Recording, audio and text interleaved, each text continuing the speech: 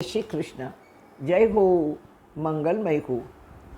તારીખ 11ના મેં સવાલ પૂછ્યો હતો કે એવી કઈ બે મહાન મહિલાઓ છે કે જે સંસ્કૃતિના પાયામાં છે. વળી નથી એ દેવીઓમાં ગણાતી, નથી એના ક્યાંય મંદિરો, નથી એને કોઈ ભોગ આરતી આભૂષણો કે કોઈ એની માનતા માનતું હોય એવું કોઈ નથી. આપણા ઘરના મંદિરિયામાં પણ એનું સ્થાન નથી.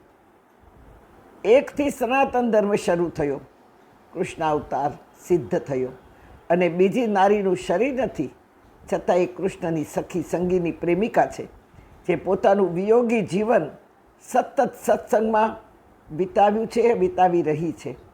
એ ઘરે ઘરે આજ પણ જઈ રહી છે, ઝૂંપડીએ ઝૂંપડીએ જઈ માનવોને દુઃખમાં દિલાસો દઈ જાગૃત કરી રહી છે.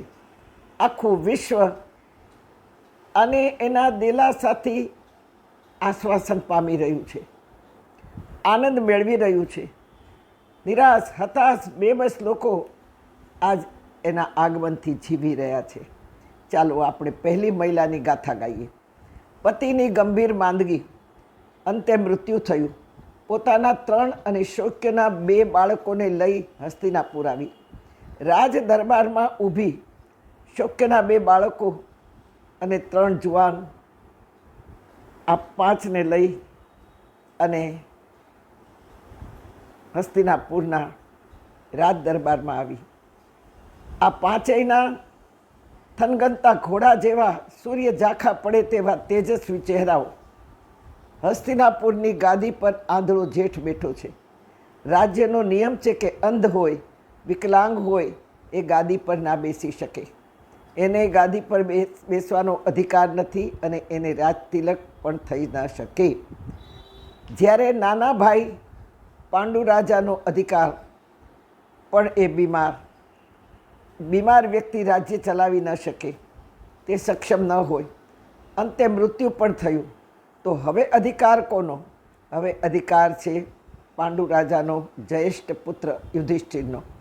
પણ આંધળો ધૃતરાષ્ટ્ર રાજ્ય પચાવી અણહકનો બેસી ગયો છે.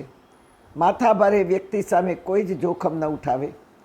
5 તેજસ્વી બાળકો સાથે 2 બાક, નિડર, નિર્ભય, યુવાન વિધવા મહિલા, અને તે પણ ધર્મ સંસ્થાપક, સનાતન ધર્મનો શબ્દ બ્રહ્મ સાક્ષાત પ્રભુ કૃષ્ણના મુખમાં બોલાવનાર એ મહિલા કોણ?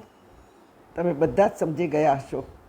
હા, તમારું અનુમાન 100% સહી છે. એ છે માતા કુંતા. કુંતામાં સાક્ષાત સંસ્કૃતિ માં છે. કુંતા માતા સાક્ષાત સંસ્કૃતિનો અવતાર છે. એ પણ દેવી જ ગણાય. તેના વગર ધર્મ, સનાતન ધર્મનો જન્મ જ થયો ન હોત. આવી મહિલા કુંતા 5 પાંડવોને લઈ હસ્તિનાપુર આવી છે.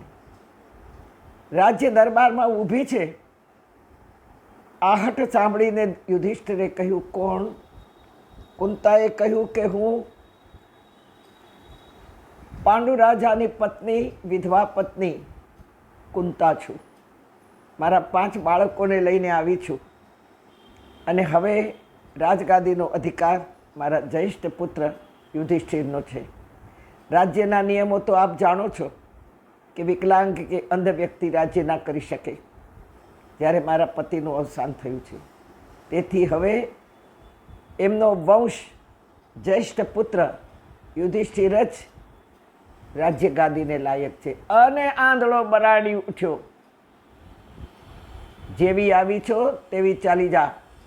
હસ્તિનાપુરમાં તારું કોઈ સ્થાન નથી. હસ્તિનાપુર શું, જોજનો દૂર સુધીના ગામોમાં તને રહેવા નહીં દઉં. નીકળ અહીંથી, ચાલી જા. ગમે તેમ બોલવા માંડ્યો. ત્યારે કુંતાએ એટલું જ કહ્યું, આંધળા, તને હું જોઈ લઈશ. તને હું જોઈ લઈશ આંધળા, કે તું કઈ રીતે હસ્તિનાપુરની ગાદી પર બેસી શકે છે. ઉતર, ઉતર ગાદી પરથી, તારો અધિકાર નથી. આવું નિર્ભયતાથી એ યુગમાં બોલનાર જો કોઈ હોય તો કુંતા જ બોલી શકે. બાકી કોઈની તાકાત નથી. ભલા રાજવીઓ, ભલા મોટા મોટા રાજાઓ, યોદ્ધાઓ પણ દુર્યોધનના પગ ચાટતા હતા. આ હતો એ યુગ, અને એ યુગમાં હતી આવી નારી કુંતા, જે સત્યને સહારે ઊભી હતી.